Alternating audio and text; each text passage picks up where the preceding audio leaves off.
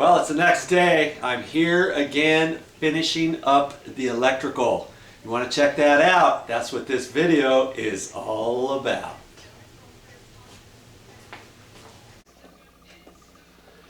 Now with most boxes, you don't have to install a ground screw, but because this is a surface mounted metal box, we're going to install a ground screw. See those 3 screws on the left hand side? The bottom one is a mounting screw, the top one is a mounting screw. That middle one on the left has threads in it, and I've got a little screw here. Where is it? Let's see here. Right there. I'm going to use this screw as my grounding screw. Okay, so I'm going to put that in there and get it started a little bit. And that's kind of like one of the first things I want to do before I start working with all of these wires. Okay, so that's what I'm going to do first.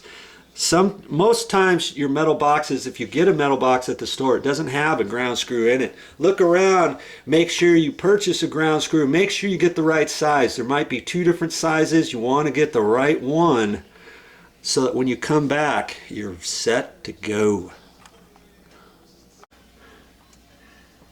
Now before you work on any electrical, make sure that the power is off. And last night before I left, I knew which cable was the hot cable coming into this box. I put some wire nuts on it, and then I turned the breaker back on. Well, once you get started again, just think about it and make sure and double check. Okay, do I have the power off?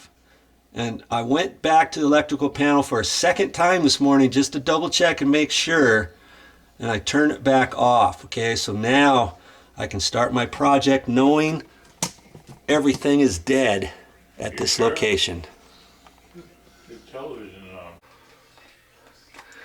I'm kind of in a little confined area here. I've got my camera kind of propped up here. I'm going to try to do this so that you can see it.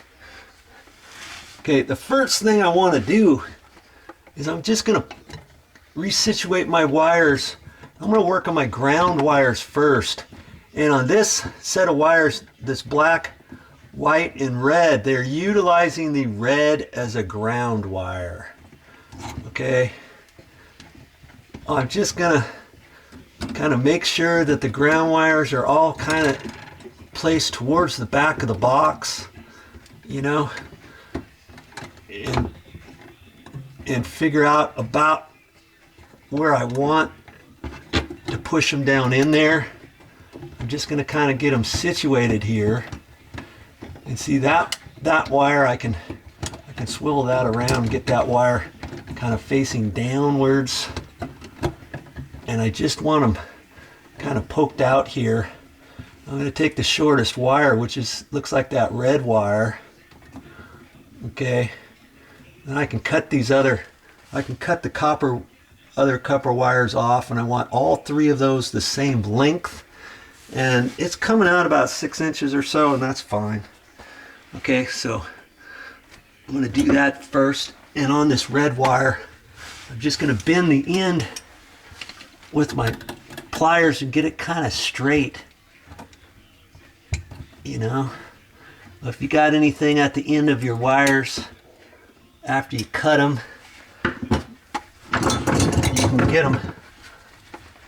you can get them straight. So I'm going to cut that about the same length. I'm going to hold that one up there, about there.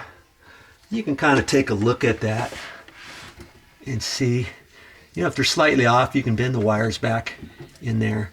Okay, that's your first step. All right, we're not even going to worry about the black wires or the white wires right now. We're just worrying about the ground wires. All right.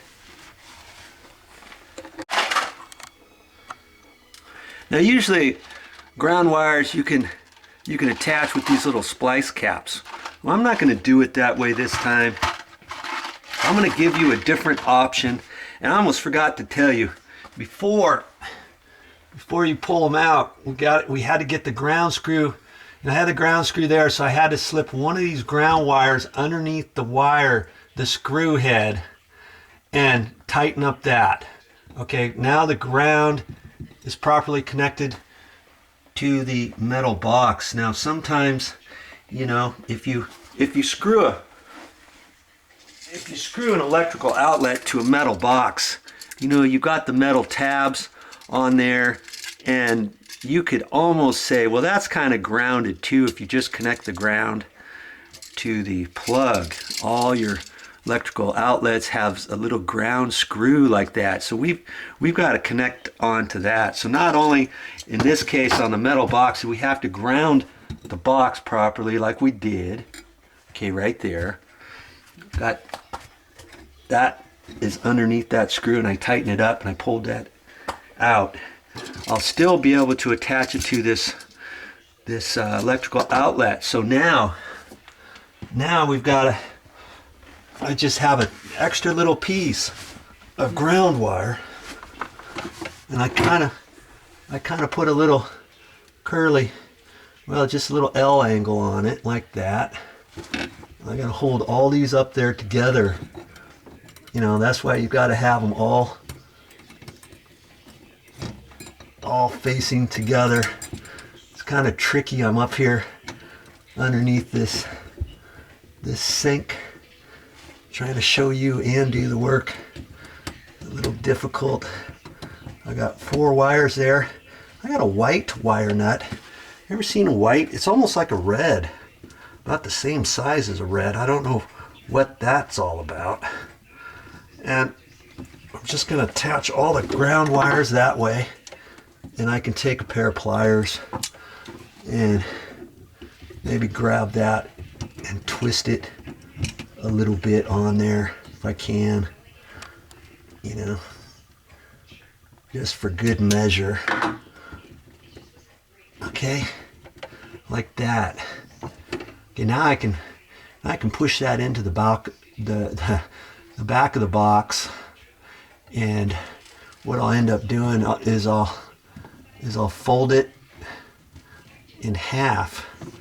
You know, I'll take it down here and kind of bend it like that, and because I've got a deep box, I can now comfortably push that in like that, knowing that that's going to be out of the way. And I look at my electrical outlet, it's going to face up like that, and the ground screw is at the bottom left. And that's, look at that, that's right where I have it. I situated it such where the ground wire is coming out like that, and if I need to shorten that wire later, I will. But with the splice caps, you could do it that way too, but I thought I'd show you a different way this time. Now, if the box wasn't as deep as this one, then I wouldn't want to fill up my entire box with all these wire nuts, because, you know, now I've got the same sequence. I can do the same sequence with the white wires all together, and I've got another little white wire like this, and I can do the same thing with that, and then the same thing with the blacks. Because on the plug, I'm going to attach it onto the side screws. I always like to use the side screws rather than the back. See, on the back there's little holes here. You can push them down into that too, but I like to use these for good measure on the sides, knowing that it's never going to come loose when I zigzag it and spaghetti it back into the wall.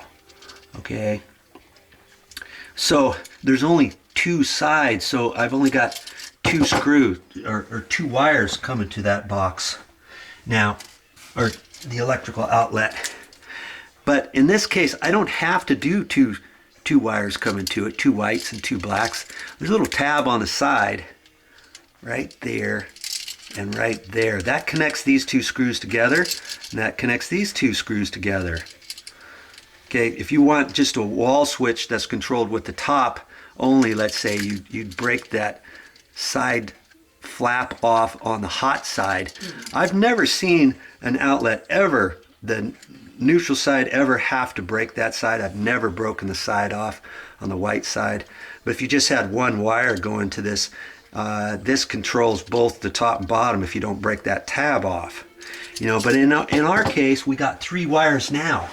So I could do a pigtail if the box was smaller. If I didn't want to get red wire nuts in there, I just wanted to use white or yellow, let's say. Maybe I could take just 2 white wires and get a pigtail off it and shove that into the box. And then I would come out, and then that would give me 1 wire here, right? And 1 white wire here. But in this case, and then I hook it up that way. But, you know,